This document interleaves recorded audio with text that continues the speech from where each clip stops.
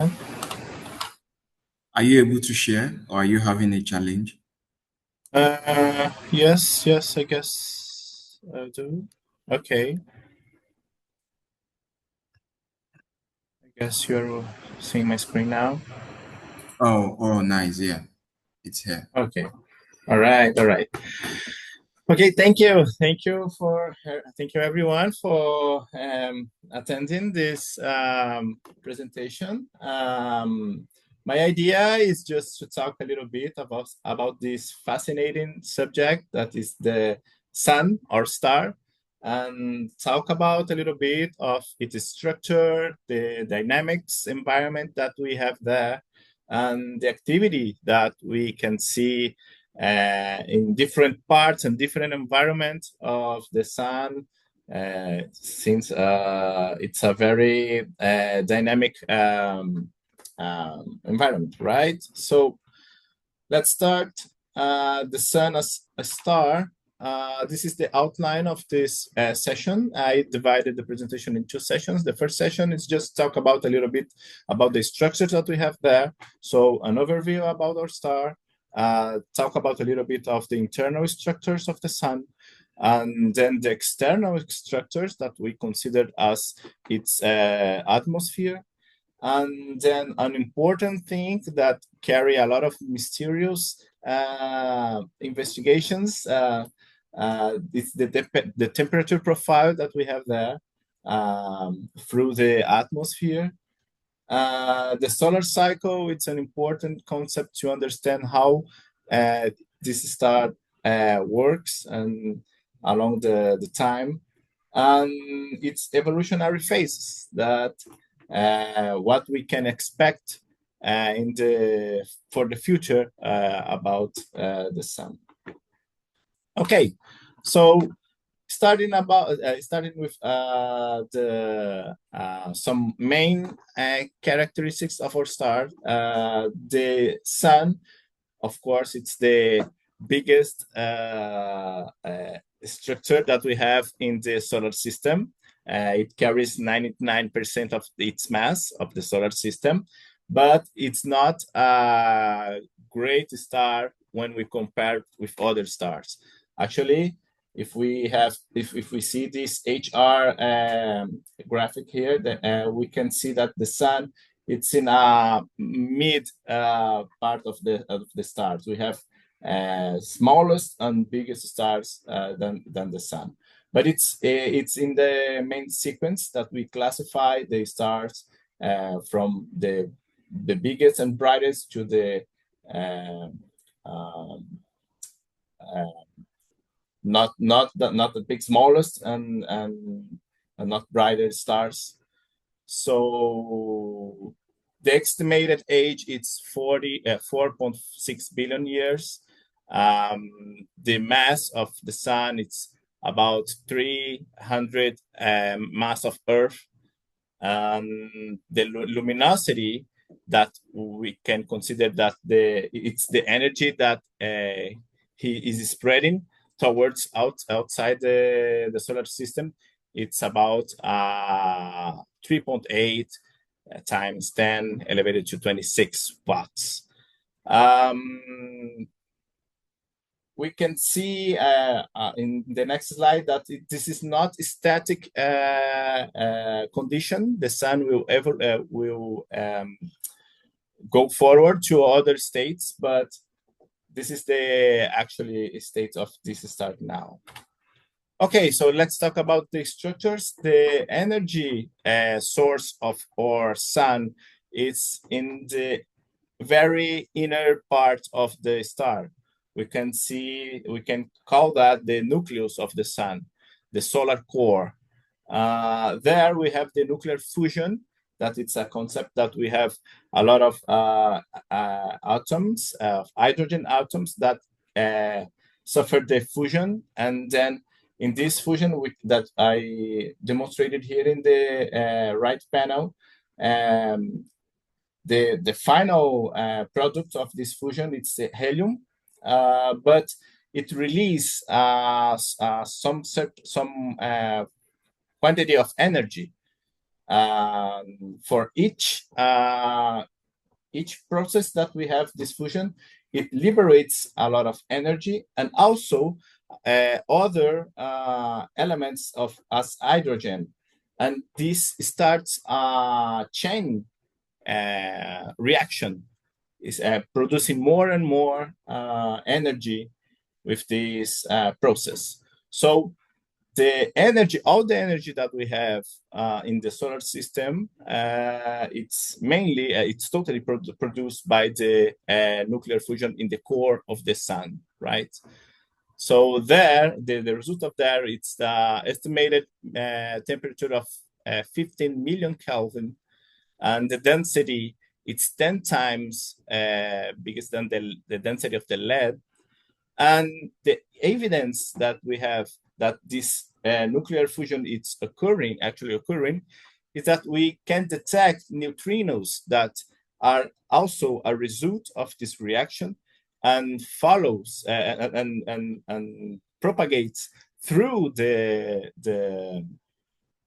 other structures of the sun and reach us in Earth in 8 minutes, for instance, in the velocity of light, right? So the neutrinos is also a subproduct of this chain reaction. Okay, so understanding that all the energy is generated in the solar core, we have another layer outside of the core that we can say that it's the radiative zone. The radiative zone extends almost 1/4 of the sun radius up to 70% of the sun radius. And it's a very, very dense layer as well. So dense that the matter that it's contained there cannot flow as a convective zone. So in this layer, the energy generated in the core try to pass through all this condensed matter in form of radiation, gamma ray and X-ray photons. And the mechanism to go through this layer is a constant absorption and re-emitted phenomena of the plasma ions in random directions. So we can just imagine that these particles just go through this layer, and no, they are being absorbed and re-emitted all the time, and they an average time to a particle that is generated in the core and passed through this layer, it's almost 170,000 years to escape, just to pass through this layer. This is a representation of the randomic path that a photon can do. It's just a representation, but yeah, it has this propagation. It's random. It's made in a random way. It can be a lot of time. It can take a lot of time to go outside this layer.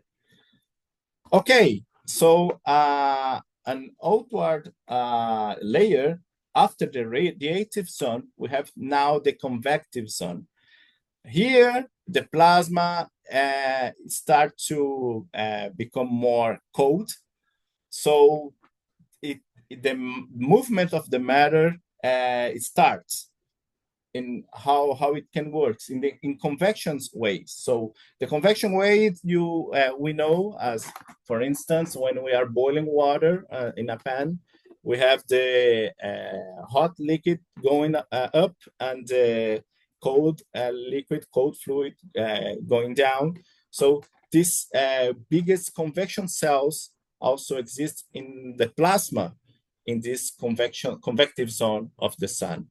So the energy, the matter that it's in this convective movement is also transporting the energy that went from the radiative zone.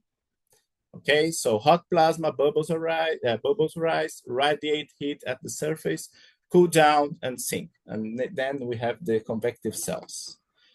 And the result for that we can see is the upper part of these convection cells. Telescopes can reach this altitude of the sun, and they see some solar granulation of the top of the convection columns. I will show to you guys some images of that, but it's a visible manifestation of these convective cells that is flowing outwards the internal structure of the sun. So there is an entire solar field in solar physics, the helioseismology, that can study how the energy propagates and in this zone, or in the internal zone of the sun, that is known as helioseismology. Okay, so going outwards to the convective zone, finally we reach the surface of what we consider the surface of the sun. It's the photosphere. Now we can see the top of those convective cells that I said before. So it's a very granular structure spread all around the surface of the sun, and we cannot. And here in this layer, the photons are finally liberated towards the space.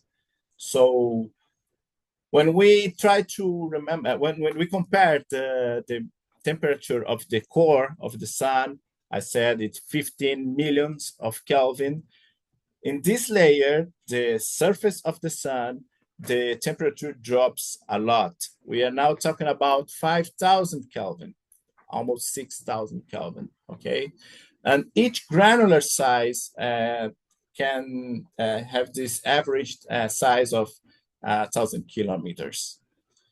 But they are not just these structures in the surface. We have also some darker zones that we can say that they are the sunspot. They are colder zone, and the plasma, as we know, they react with an intense magnetic field. So the sunspot are regions with a very intense magnetic field that collapses the convection cell, and then the heat don't go up. So that's why the sunspots are colder than the surrounding area. This is an image, for instance, for a sunspot. We have this darker area that we call the umbra, the surrounding area that we call the penumbra, and then outside the sunspot we have the granular granular structures that I said. This is a representation of different altitudes of the sunspot. So down here we have the photosphere, and as we go up, we are entering in the next layer. And now we are talking about the solar atmosphere, not the solar internal structure. Okay. So the next layer is known as the chromosphere. Is located just above the photosphere. It's very thin. It's almost 2,000 kilometers thick, and its name comes from the Greek word chroma, that means color, due to the reddish glow visible during eclipses. So the temperature starts to grow up again from this, as I said, 5,000 Kelvin, and go upwards to a higher temperature. And the structures that we have in chromosphere are speckles and prominence that are those structures that this image in H-half visualization can detect and reveals this texture and all related to magnetic fields and magnetic structures. Okay. After the chromosphere, finally we reach the biggest layer of the sun, that is the corona. This is the more external layer of the sun. It extends through all the solar system, and we commonly say that it's the sun's aura. It is composed by plasma, and but in a thinous layer, in a thinous format. It extends for millions of kilometers into space, and this is an image of obtained in an eclipse. And we can see in the corona we have also those major magnetic structures and the thinous plasma spreading outwards for all the directions, right? And in this layer, the corona, we have the solar wind. We'll see in the next classes of this program that the solar winds impacts impacts the space weather of Earth, and we need to always pay attention on what is happening in the sun to avoid some complications in Earth. And this is caused by all this energy that is flowing outwards through the corona in the solar wind. Okay, the solar wind has supersonic flow of charged particles, and that's why it can affect all the planets around the sun. So the temperature, look at that. The temperature, it's growing each time more. So the temperature in the corona increases a lot, in 1 to 3 million kelvins. So we just to recap the situation of the temperature in the sun core, solar core, we have 15 million Kelvin. In the surface, we have 5,000 Kelvin, and then raise up again up to 3 million Kelvin. So what's happening here? Why we are seeing that? This is known that as the coronal heating paradox, because let's imagine the thing: if we are all the energy is produced on the sun's core. If we are going further to this source of heat, we can imagine that the environment will be colder and as we go further. But this is not happening in the solar atmosphere. The minimum is located in the photosphere, and then it grows up to the corona, and we have a very thin layer that the temperature explodes from thousands to millions Kelvin, and it's known as the transition zone between the chromosphere and the higher chromosphere and the low corona. So in the surface, as I show here, the surface we have 6,000 Kelvin, and the atmosphere, the corona, we have millions of Kelvin. So what's going on there? Why this heating it's occurring? Okay, we have this is still a mystery in solar physics, but two mechanisms helps to explain this, and the consensus is a combination of both mechanisms that is operating in different regimes or in different situations of the solar atmosphere. One proposed mechanism is the Alpha waves, or waves at all. We have a propagation of waves that can propagate through the layers of the sun atmosphere, and dissipate its energy in this transition, starting in this transition zone through the corona.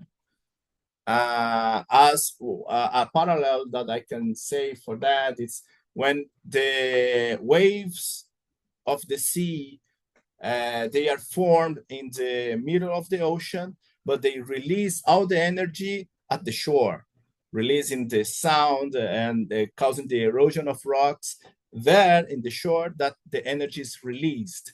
Something like that is occurring in the solar atmosphere. The energy is starting to release in the transition zone and through the corona. The another mechanisms are the nanoflares. The nanoflares are a reconfiguration of the magnetic field, and this reconfiguration, known as the magnetic reconnection, release a lot of energy and a huge amount of energy, and this energy can be transformed in heat. So that can explain the heating of the solar atmosphere as well. And the combination of both, it's more understandable for this situation.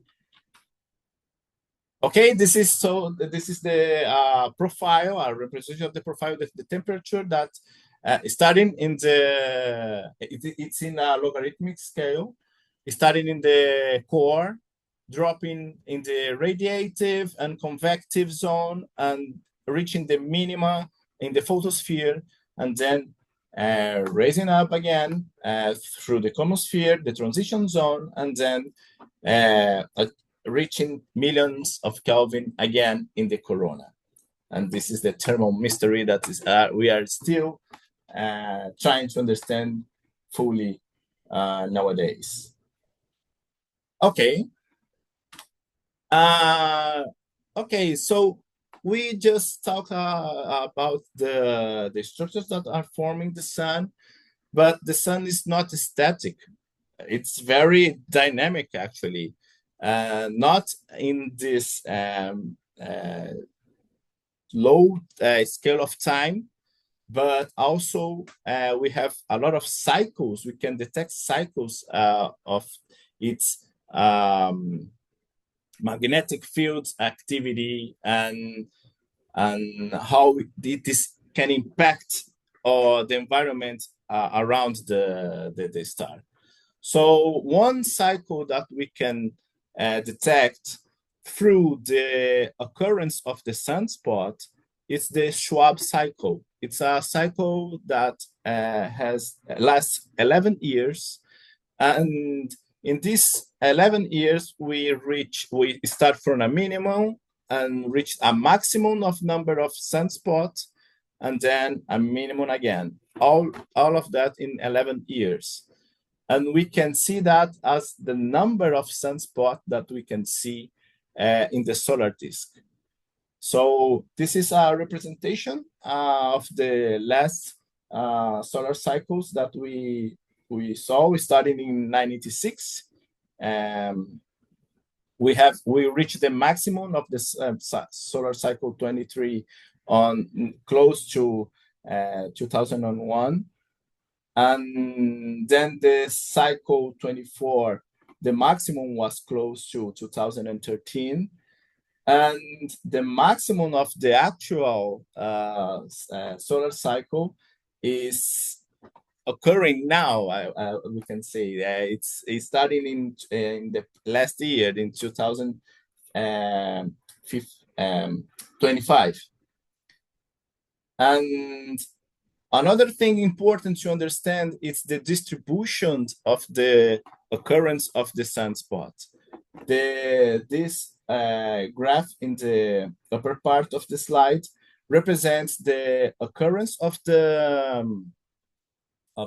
sunspot related to the latitude in the in the solar disk.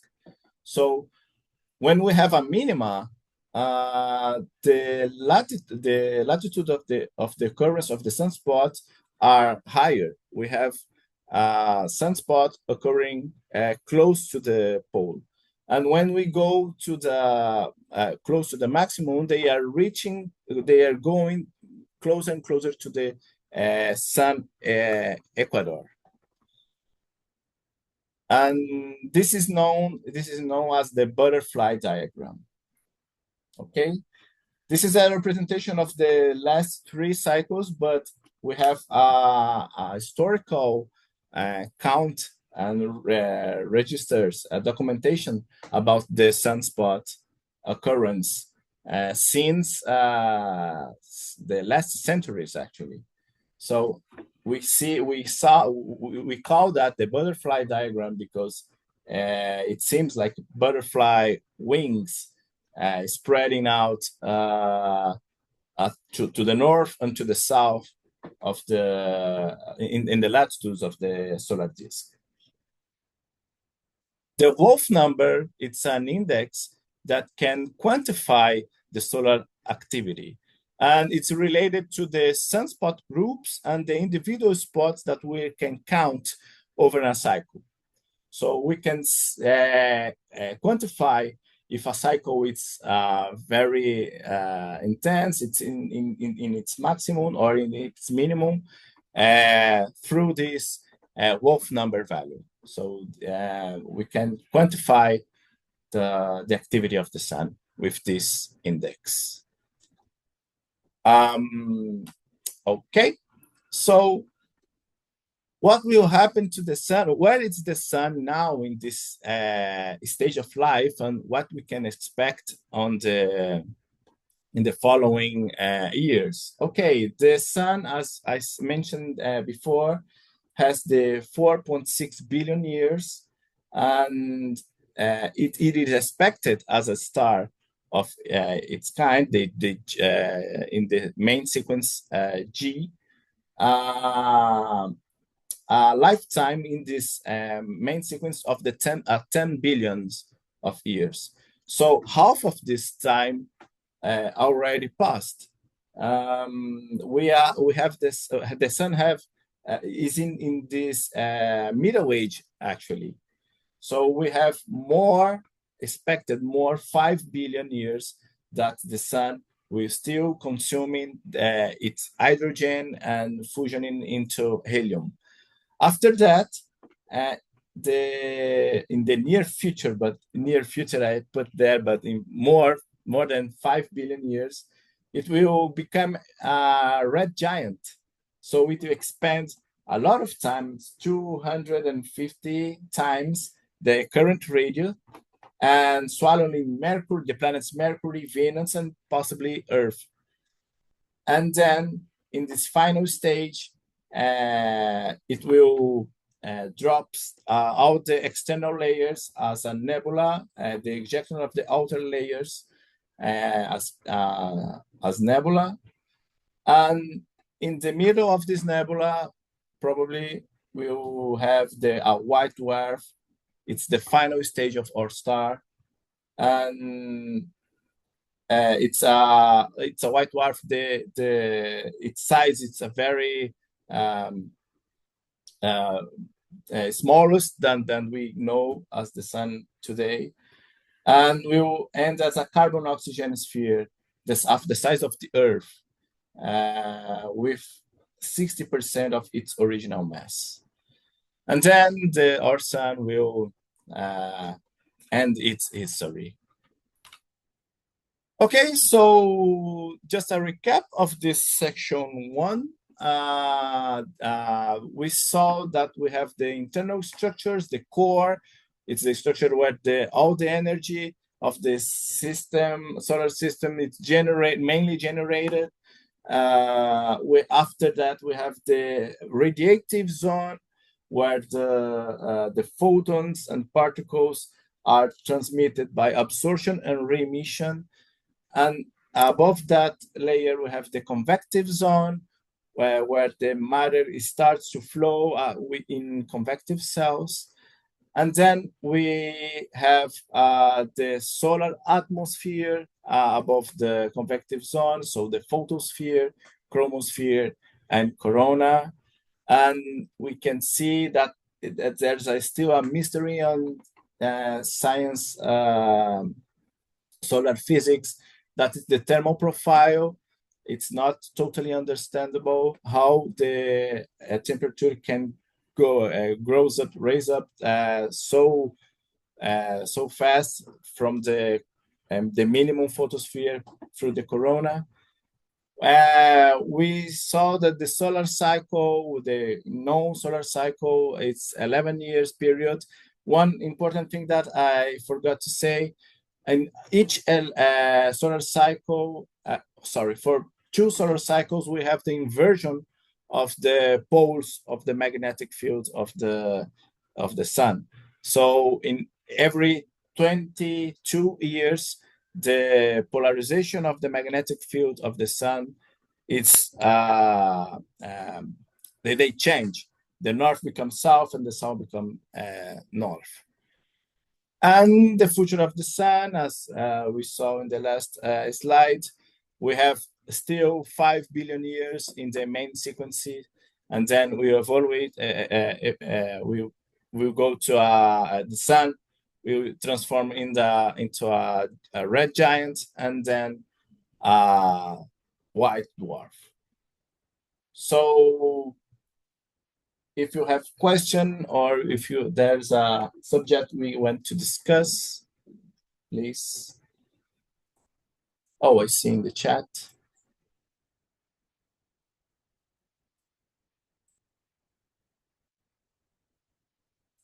I don't think that's a question. Thank you very Okay. much for the first session. Mm-hmm. I mean, it's very interesting as expected, you know. So thank you very much. So we'll just go on about a 5 minutes break. But before we do that, I am inviting everybody to like put on their camera so we can I can take a screenshot, and if you're okay with that, so everybody you can a kind of okay. We have before that we have some questions here. You said Yes, I see 4 so. questions. All right. Do you need Okay, me to read them or can you see them yourself? I can see. Thank you, Okay, Brian. fine. Okay, the first question is very interesting. Let's talk about the sunspot. Why does sunspot occur? Okay, the sunspots are related to an intense magnetic field. So as we can see, the sun, it's very dynamic. It's plasma flowing, going down and up and towards the lateral surrounding area. All this plasma, they are affected by the magnetic line fields. So if you have an intensification of this magnetic field, and then they are concentrated in a column, for instance, the plasma will stop to convect in the convection cells. So the sunspot, it's just is what we are seeing is the intensity and very intense magnetic field, vertical magnetic field, that it's just stopping the convection of the material, and that's why we have this plasma that is becoming more colder, and then becoming a sunspot, a dark zone. Okay, so it's related to the magnetic field that it's flowing through this plasma. Okay, next question: how do you count identify the sunspot group? Okay, this was a method developed in the century 18 or 19. It's an older method, and they are actually it's very straightforward. We can see the disk of the sun with telescopes, and the sunspot they, depending of the size of the sunspot, we can detect them very clearly, and we can count them. The sunspot, they change with the time very rapidly into days or week. They are changing. They appears and then they disappears. So the groups of sunspots are related to that, to how many sunspots are appearing in this period of days or weeks, and then they disappear. That was one group. And then in more weeks after, we have probably another group of sunspots. They will appear again, we can count them, and then they disappear. So it's visually, basically a visual count of the sunspot in the solar disk. Okay, the third questions. In the Wolf number, what is meant by some? Okay, I already explained that. Sunspot group is the how sunspots are appearing at the same period of weeks or days. Okay. What's the difference between prominence and CMEs? I will talk about this in the next section. Just wait for the answer, please.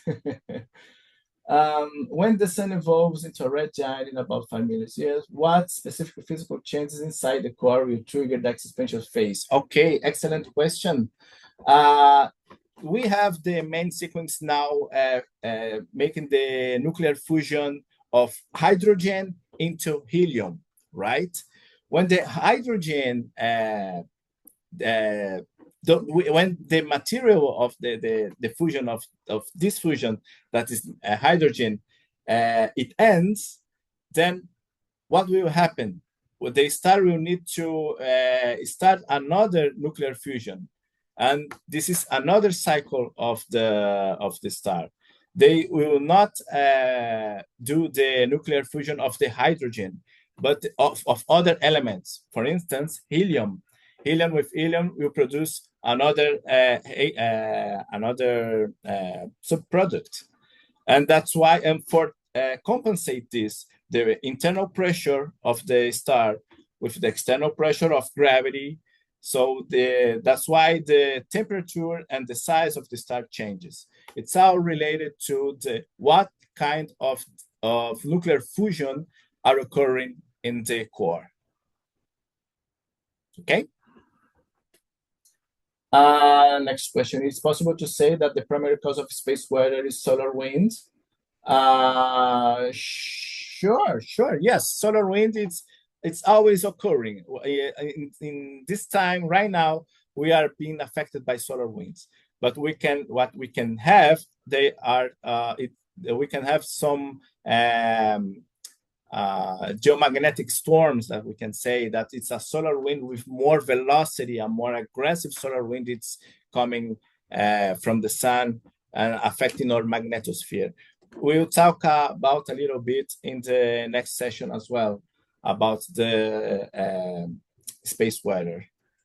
But yes, it's all related to the solar wind. Why the CME can high effect of, okay, all these questions about CMEs and space weather, I will talk about a little bit in the next session, because there we can have some answer for that. Okay. Do we have more time, Brian? I mean, we can go for a 5 minutes break, but before that, like I said, we would want to take a kind of screen photo of everybody. So if you can open up your camera and then we take a screenshot, that'll be fine. Okay. Yeah, after that, we can then go for maybe a 5 minutes break.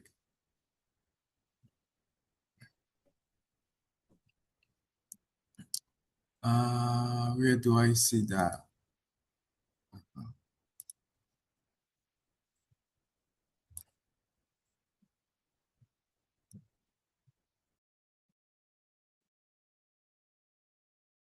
Uh, I'm coming.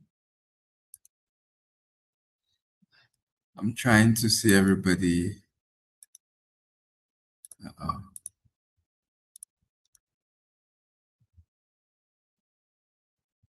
yeah, I can see that some people open their camera, but I'm not able to see them.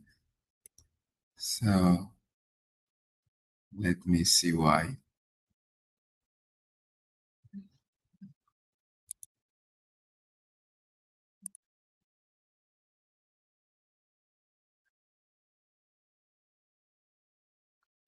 Dr. Diego, can you see me? Yes, yes, I can see you. But I'm not seeing other people. Okay. Yeah, so I'm thinking of what to click to see everybody. Okay, if we can't. Oh, my video is not working for some reason. Okay, no problem. Maybe I'll try this later. So we can go for a 5 minutes break and then we come back. Perfect. Thank you. Yeah, thank you.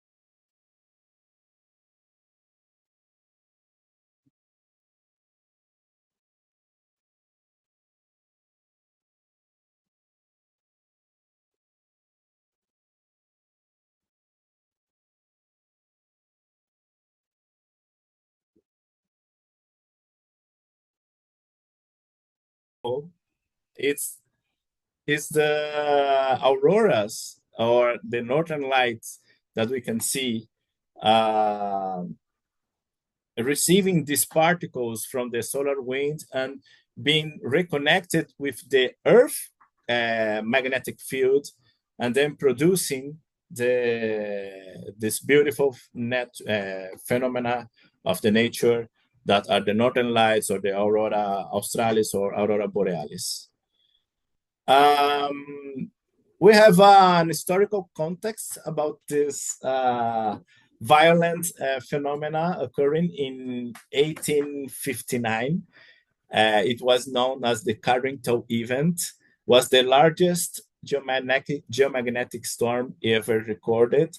All the telegraph systems in the region of Canada and north of United States, they failed. Some electric currents, they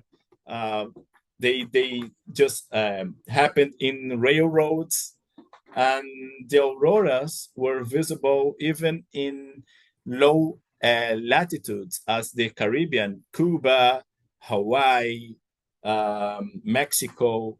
We have some documentation that the aurora was being visible in this Carrington event. If this event happens in nowadays, it could be catastrophic to our satellites and technological apparel that we have. Okay, so how can we monitor or predict or even predict this phenomena in the space? So they are so far and they are so intense. What we can do? Okay, nowadays we have a lot of missions, space missions, that are always looking for the sun in different regions of the solar system. For instance, SOHO, it's located in the Lagrangian one. It's a position in this space that has an equilibrium of the gravitational force. So it's almost static. It's not static, but it's located in the Lagrangian one. And visually, they are always looking for the sun. We have the SDO satellite. It's a geostatic satellite with a high resolution image of 4K every 10 seconds. We have another specialized satellites that can monitor the sun in X-ray to detect flares and or ultraviolet images. The Parker Solar Probe it's a phenomenal space mission, solar mission, that it's reaching a distance very, very close of the sun. It's diving into the solar corona, less than 10 sun radius. And it's getting a lot of exciting images from the solar atmosphere. It's still it's a current mission that is still working. And another new fantastic solar mission is the Solar Orbiter that can, for the first time, have beautiful images of the sun's poles. It's very difficult to reach that high latitudes, and the Solar Orbiter is, for the first time, reaching these high latitudes and giving us more information about the magnetic field of the poles and how this phenomena of CMEs and flares can happen in high solar latitudes. So I can say that we are monitoring the sun every single day, every single hour, and this is our space weather system that is providing us the security to keep all the stuff working safely. Okay, so just recapping this session 2, we discussed how important the magnetic field is in the solar environment, and if they have if it have some instabilities, what the phenomena it can cause, the flares and the CMEs. I explained a little bit the magnetic reconnection is just a reconfiguration of the magnetic field lines, and the result of that it's a release of a huge amount of energy and heat, and this energy can be kinetic as well, can impulse, accelerate some matter. I explained for you guys what are the solar flares, what are the CMEs, what is the difference between them, and the importance of the space weather, that I'm pretty sure that it will be an important topic for the next classes, and to understand what are the risks and how the magnetosphere protects us from these violent events. Okay, so this is a quote from Heidi Hamel, astrophysicist from the United States. She said, "We live inside the atmosphere of an active star. In this right moment, we are just diving in a atmosphere of this star. Is the sun is the phenomenal and dynamic environment." And okay, that was the presentation, question, discussion. Here on the below of the slide, you have, guys, my contact. Feel free to send me an email or to reach out in LinkedIn. It will be a pleasure to keep contact with you.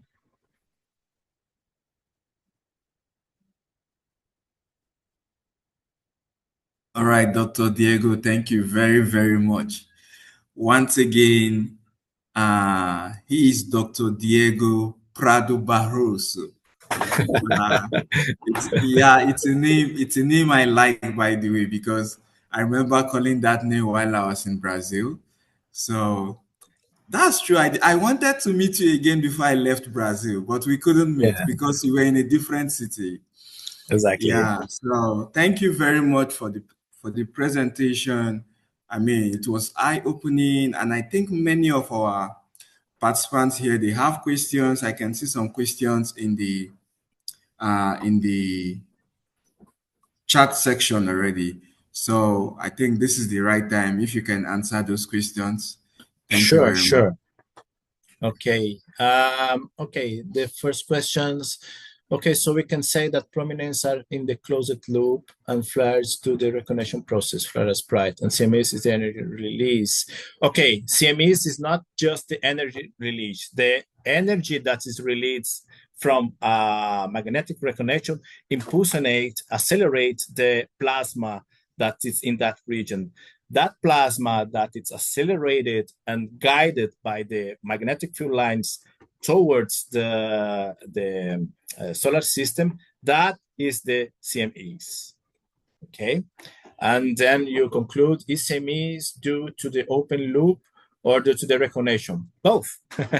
When we have the reconnection of the field lines, the field lines that were above of this reconnection, they are now open. So that's why we have this acceleration of the plasma in a new open field line, magnetic field line.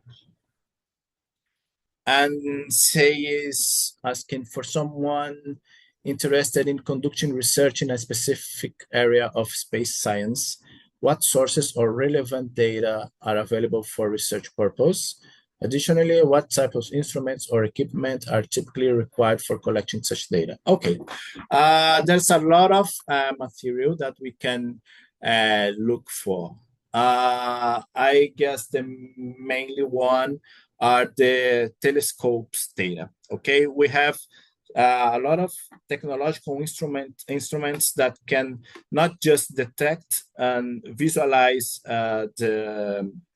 the phenomena that we are looking for can be flares or CMEs, or even studying a sunspot, for instance, how the magnetic structures are evolving in the active region. But we have also instruments that can infer the magnetic field there. So, for instance, we have ALMA in Chile. We have the Swedish Solar Telescope in Spain. We have a lot of ground and space telescope that can acquire this data, and they are a huge amount of data that need a lot of processing data. So yeah, I said that you can look for telescope data. You can be grounded or spatial telescope that they are specifically looking for the sun. Okay, another question. If flares and CMEs are rejected from the same space, then why CMEs looks like they are coming out from limb in the video and show it in slide? Okay. I guess it was in 2006, we have a CME that was right on our direction, and that was not good for the telescope. We can see the CMEs, they are spreading laterally because they are going to other directions. But when the CMEs is going to our directions, we cannot see anything. The images just get saturated with a lot of photons and particles and X-ray and all the stuff that we cannot see. We cannot register anything when the flow of the CMEs is going towards us. So that's why the videos that we see in CMEs, they're going laterally because this is the direction that we can record it. Okay. Okay. Why are CMEs generally more responsible for geomagnetic storm on Earth than solar flares? It's because the dimensions that I showed here, CMEs, they are bigger than flares. And not just that, they are not transporting just energy, I mean heat, or they are propagating matter. They are propagating plasma. They are propagating ionized particles. So and in a high velocity. So this is why CMEs, they are more impacted in solar weather here in Earth. Okay, so you talked about all the things that can happen due to CMEs, like geomagnetic storms. Yes, you also mentioned the mission for monitoring prediction. Yes, since CMEs take 1 or 3 days to reach Earth, I want to know what can be done to stop its effects, even with knowledge of the CMEs. Okay, some satellites that we have here in Earth, they can be impulsionated or decelerated to keep the altitude safe or not. So you'll see in the next classes that the Earth is surrounded by a magnetosphere, a natural magnetosphere that works as a shield from Earth against this solar wind. When the solar wind impacts this shield, we have a squeeze of this shield of the magnetosphere. Depending on this squeeze, some satellites can be affected depending on the altitude of them. So if we know that a CMEs is going on our direction, a geomagnetic storm is coming, then we can protect our satellites, just reducing their altitudes to get into the magnetosphere and being protected.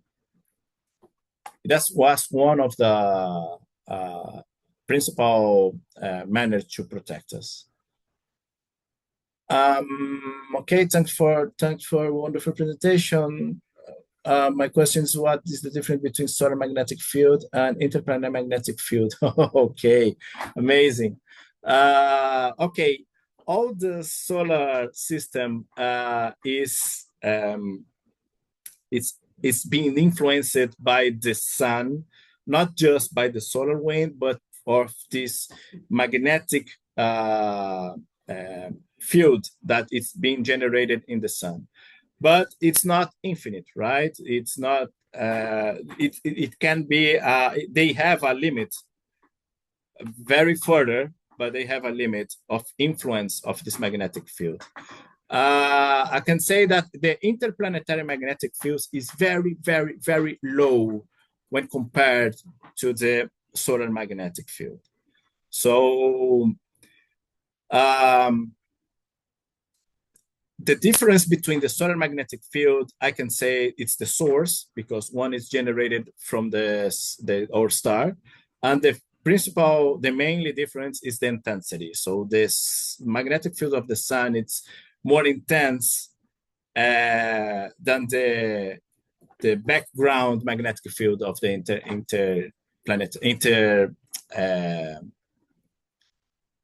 magnetic field.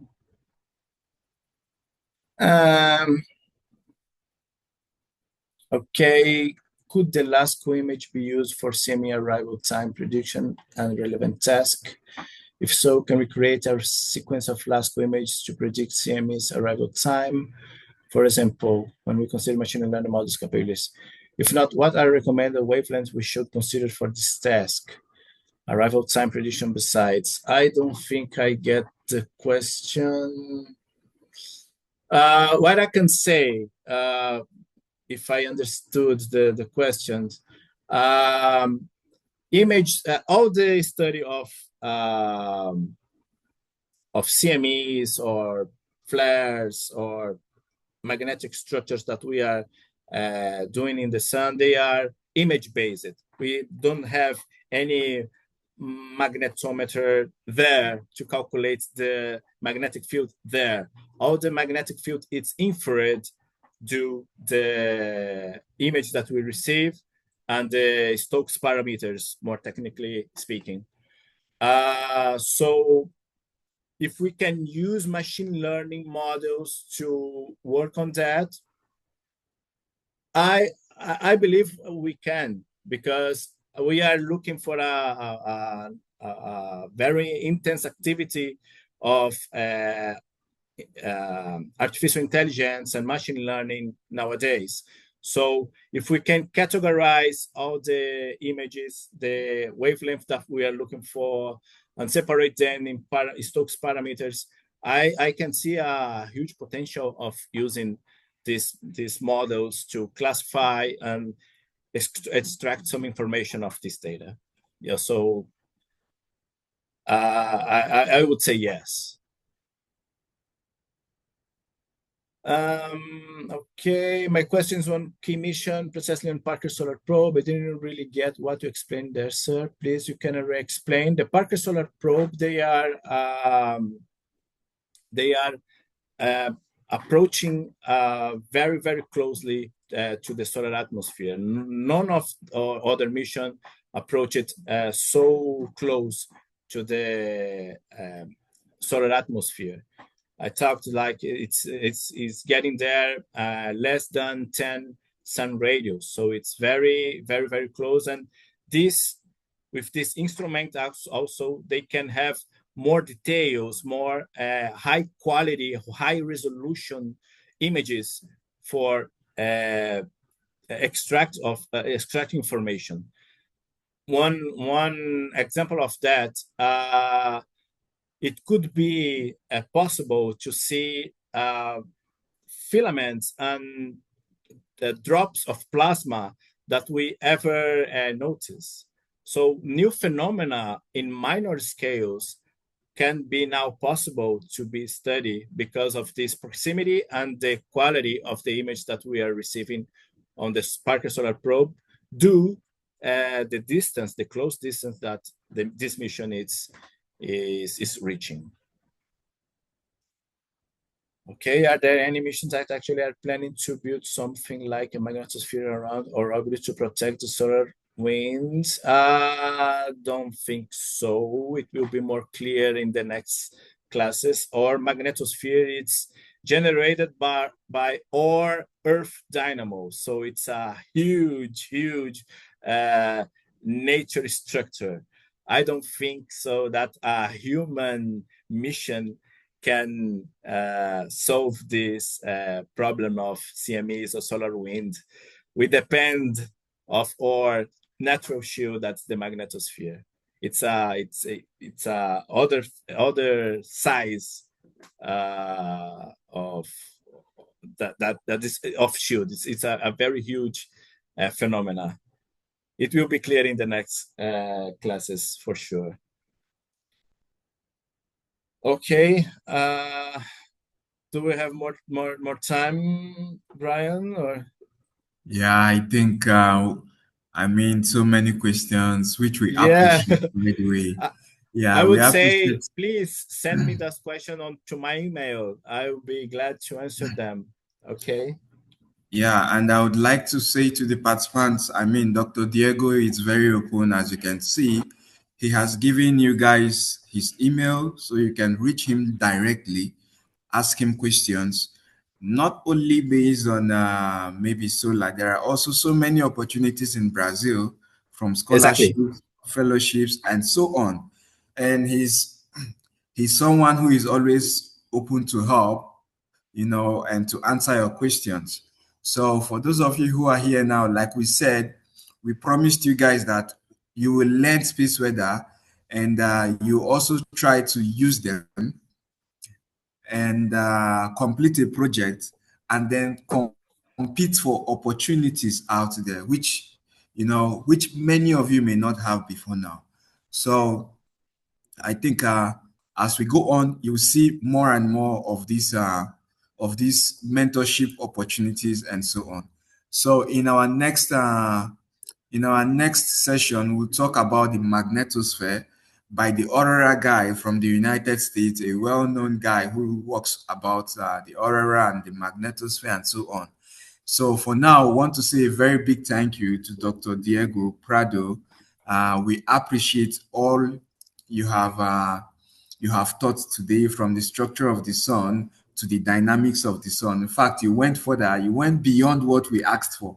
So you gave us more. So we really appreciate that. And I really thank you for your time. Know that this is just a volunteer kind of thing. Usually you pay thousands of dollars to get this kind of tutorials and so on. But he did this just to help people in the global south, especially in Africa, Asia, and so on. So thank you once again, Dr. Diego, and we appreciate your time. We appreciate the information. Thank you once again. Thank you all you guys. Thank you, Brian. It was an honor to be participating and receiving this invitation. And thank you guys for attending. It was a pleasure. Yeah. So one last announcement to you guys. So next week we're going to start something very unique. We're going to start a a session in which we are going to show you how you apply the knowledge you received the previous week in the in the project you are having. For example, Dr. Diego just talked about the sun. So we'll try to show you how you can apply all the knowledge you just give to you guys in the project we are having. So the session it's not really compulsory for everybody, but for those who really want to lead or assist in leading the groups, that's the project groups. So you can actually join that session. So I'll give you more information on the WhatsApp group, and if you have any question, you can also ask me in the WhatsApp group. And Dr. Diego have said, if you have any question regarding the sun, you can reach him. Once again, thank you very much. Muito obrigado. Muito obrigado. Bye bye, guys. All right, bye. Okay, Bye. thank you, everybody. Yeah, bye. See you next week.